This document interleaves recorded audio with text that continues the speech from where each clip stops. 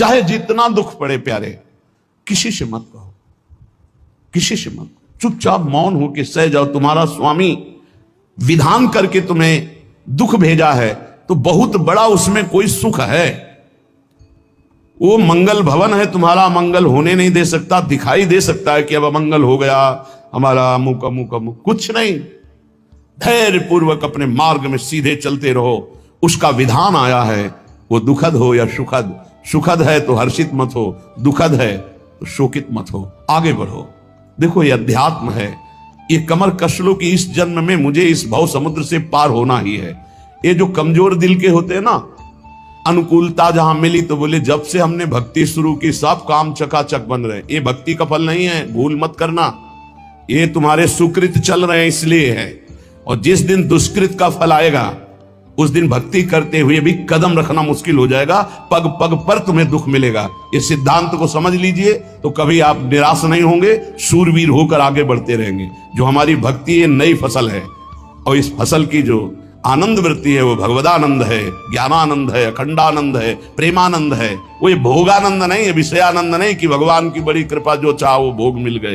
ये सुकृतों के फल है। ये सुकृत और दुष्कृत दोनों को यही नष्ट कर दो और निकल चलो भगवान की परम धाम में, जहां नित्य सेवा सुख का आनंद सहचरियां ले रही है। श्रीपाद कह रहे संतर्जयस ताड़यन, कोई मुझे बहुत डांटे भर्त्सना करे और ताड़यन पिटाई भी कर दे, मुझे कुछ कभी शिकायत नहीं करनी प्रभु से।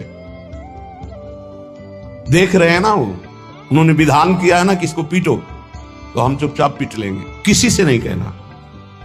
रहीमन मन की मन व्यथा रखिए मन में गोए, सुनिठ ले हैं लोग सब बांटने। इसलिए असंगो हम, असंग किससे कहें अपने दुख सुख की बात। अपना दिल तो दिलवर को दे दिया, जो बीते सो दिल तो उनके पास है, वो तो जाने दुख सुख की बात, हम क्या जाने। हम तो बस आपके हैं।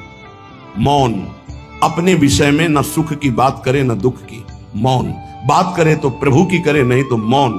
मान लीजिए अगर ये मौन आप धारण कर लेंगे तो निकल जाएंगे माया से, नहीं तो किसी की निंदा कर देंगे, किसी का ऐसा कटु वचन बोल देंगे, परुख वचन बोल देंगे, भजन छीण हो जाएगा, भजन करने की वृत्ति नष्ट हो जाएगी।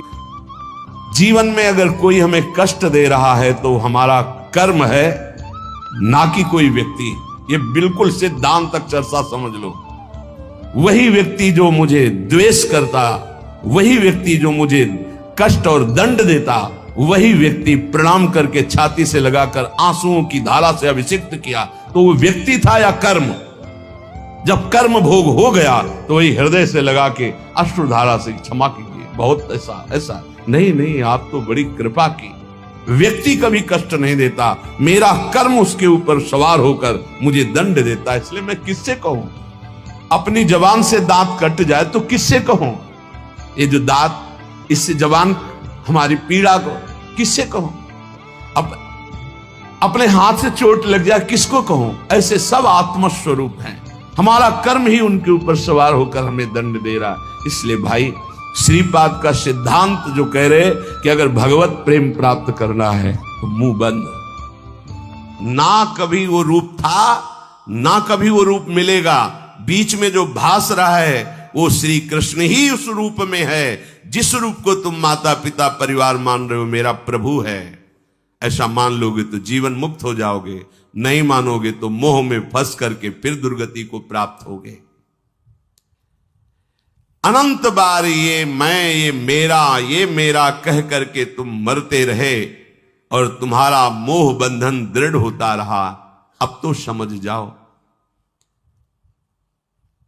इस जन्म में एक बार तुम थोड़ी हिम्मत करो और हृदय से, सच्चे मन से प्रभु श्री कृष्ण को, श्री हरि को अपना मान लो। एक बार हृदय थोड़ा मजबूत करो। ये मजबूत होता है सत्संग से। और पुकारो कि प्रभु मेरे हो आप, पुकारो मीरा जी की तरह, मेरे तो गिरधर गोपाल दूसरो न कोई।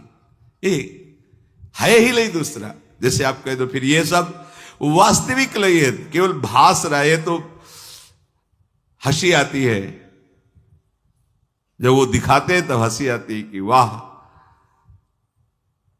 बड़े प्रवीण हो आप, छुपने में बड़े प्रवीण हो। छुपा छुपी का खेल ऐसे छुपे हुए तुम जान ही नहीं सकते ये प्रभु हो सकता है भला।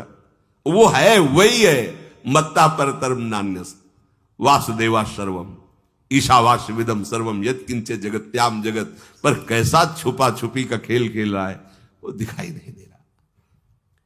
यदि इस